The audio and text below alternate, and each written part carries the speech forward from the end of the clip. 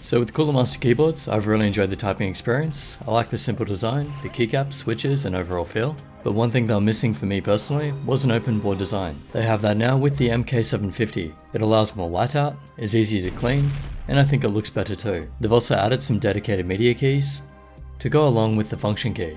So I really like this design. The light bar is a nice touch too. Just quickly, with the function key you can change the lighting options, macro, Windows lock, volume, and more. It comes with a separate palm rest, which has a nice soft and smooth feel, quite comfortable, and it's held in place by magnets. Although one issue is that the logo might get in the way for some people. It's not raised, it's indented, and it's not too bad, but sometimes I can feel it in the way. This is one of those unnecessary branding things. I just want to point out to companies when they're designing products, your logo shouldn't cause any discomfort to the user, and that's especially true for mice, keyboards, and mouse pads. Okay, moving on. They also provide some extra keys and a keycap puller. I personally don't use them. One reason is I don't think they look that great. The other is that I have a custom key configuration. In use, they feel about the same. So even though these might be better quality, it's not like you're going to gain too much from using them. The standard keycaps that it comes with are actually quite good. I won't go through all the manual commands for the keyboard. You can read the manual for that. But I found it really clumsy. You can use it with the software too, where you can change the key map, make macros and alter the lighting.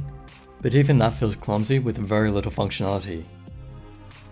The transitions on the LEDs do look smooth, but on camera they do flicker a little, and that's on all shutter speeds I tried. It has standard dimensions of about 44 by 13 cm and 19.5 with the palm rest. For a keyboard with an upper pad, it's a good size. Made of mostly plastic, matte so it doesn't pick up on fingerprints, and there are some rubber feet on the base and on the palm rest, and it has stands to raise the back. The cable is detachable and can be run through the channel, and it uses Type-C USB. The cable is braided and fairly thick and smooth, and about 1.8 meters long. So I've mentioned some negatives, but where this keyboard does stand out a bit is in the typing experience and feel. I have an O-ring under the escape key, so here's a quick listen to that.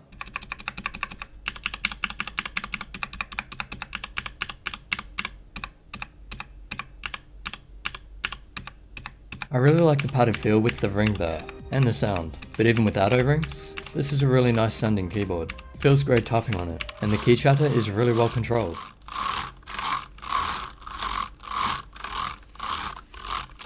The sound is tight and the switches are smooth. These are Cherry MX Reds, so here's a listen.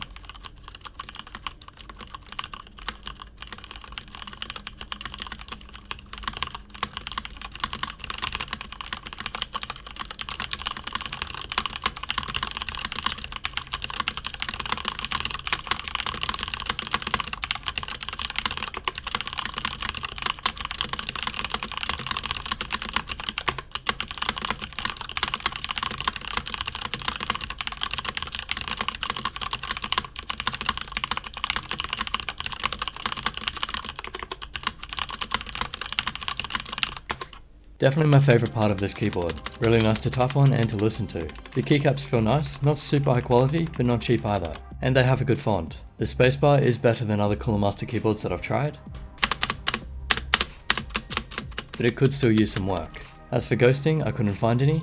Can hold down as many keys as you like, and of course it's fine while gaming, but most keyboards are. To conclude, I'm a little torn on this keyboard. Love the design, the layout, the keycaps, font, and especially the typing experience, but I'm a little put off by the high price tag, especially when considering the software and extra functionality. As a standard keyboard, it's really good, but if it's going to compete with the others, I think they need to put more time into the software and lighting functions. Then it would be a top recommendation. Or if it lowers in price, that would help too. So it's a really good keyboard, loved using it, great to have on my desk, just not quite there for me yet. There's nothing really deal breaking about it.